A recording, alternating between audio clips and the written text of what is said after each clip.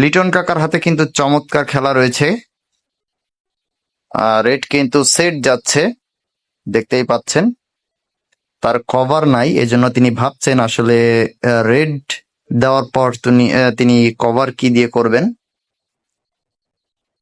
তার প্লেয়ার তাকে এক মার খেলার কথা বলছে, কিন্তু তিনি ইজি খেলার সিদ্ধান্ত নিলেন। সুন্দর, হাতের কাছেই কিন্তু কভার রয়ে গেল, সেই গুটি দিয়েই কিন্তু তিনি কভার দিচ্ছেন।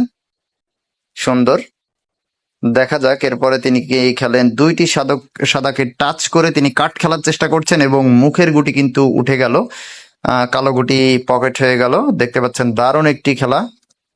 আবারও সাদাকে চান্স করে ইজি খেলার চেষ্টা করেছিলেন, কিন্তু স্ট্রাইক হাত থেকে সরে গেল। যাই হোক, সজল ভাইয়ের হাতে স্ট্রাইক। তিনি চাবি টাচ করে খেলতে যাচ্ছেন, কিন্তু না, দুইটি কালো গুটিকে টাচ করে খেলার চেষ্টা করছেন। দেখতে পাচ্ছেন সুন্দর, দুইটি কালো গুটিকে টাচ করে কিন্তু তিনি কাট খেললেন। সেট খেলার চেষ্টা করছেন, সেট খেলেছিলেন কিন্তু টান হয়ে পকেট চলে গেল। হাতের কাছে একটি চাবি, দেখা যাক, চাবি দেওয়ার চেষ্টা করছেন। ও হো, চাবি কিন্তু মিস করে ফেললেন।